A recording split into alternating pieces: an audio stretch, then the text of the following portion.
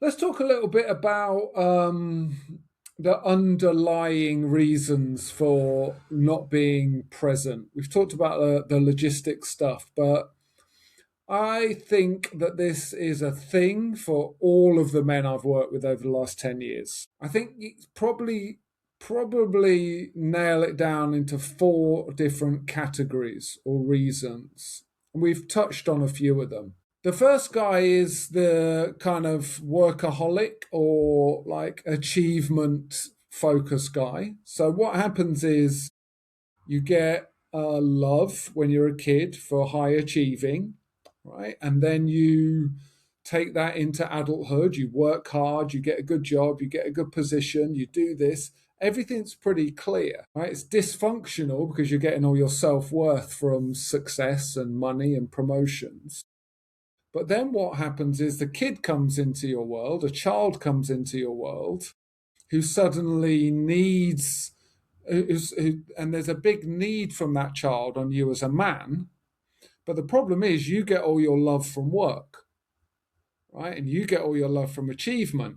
So taking time out of that busy schedule to be present at home when your wife needs you and when your children need you means that it's at odds with this unconscious need for to receive love through achievement. So a lot of these men find it really hard to switch off, right? They find it really hard to prioritize their family over their work, even though they want to, they can't because they've still got their basic needs which they're getting met through work. Yeah, so these are the guys that are at home but always checking their phone, their emails, right? They're going for a walk at the weekend with their kids, but they're always checking their emails because that's where they get the love. That's where they get the attention. There's a lot of guys like that. I know a lot of guys like that. That's like that's the most common thing that I see for my friend group and my Yeah. acquaintances. I was at a party yesterday at my brother's, and one of the guys there is like that. But that's kind of what he explains. He's like, "Well, I own, Then he gives an excuse. Well, I own my own business. You gotta always something to do. You're like, well, that's, okay, yeah, Yeah. okay, yeah, right, right. It's an excuse that you gave yourself. You put your, Yeah. you might not have chosen that job. That job chose you.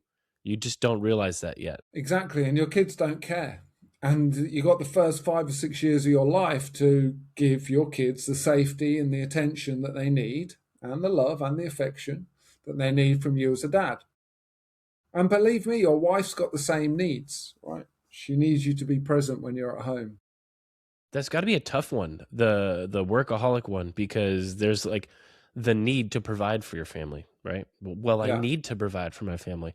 My effort towards this business is critical to the success of my company, and I need to work so hard so I can make a paycheck and provide this for them.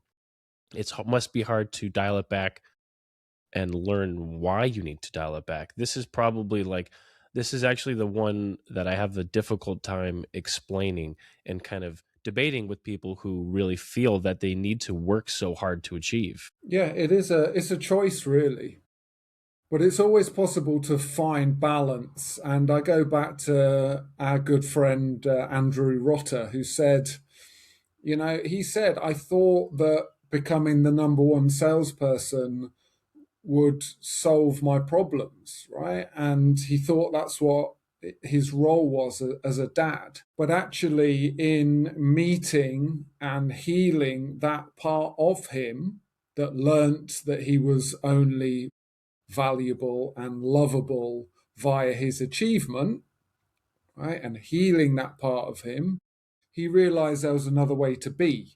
He actually realized there was another way to live, Yeah. and he realized that his kids didn't need extra money; they needed to see their dad, right? And there was another. He realized there was another way to be a parent.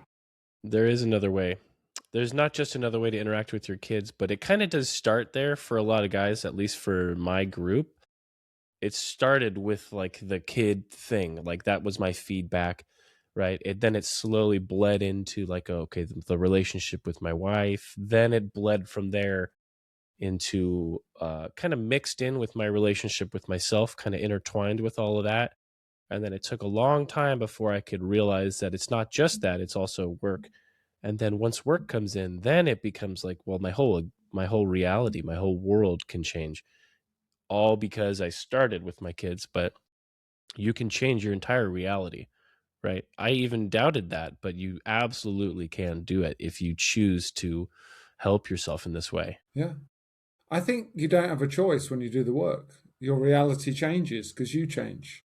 You don't even change your reality. It's a natural side effect. Yeah, you experience that it is changing, and that can give you that feedback from your new experiences, um, spark up new feelings. It sparks Yeah. up new thoughts.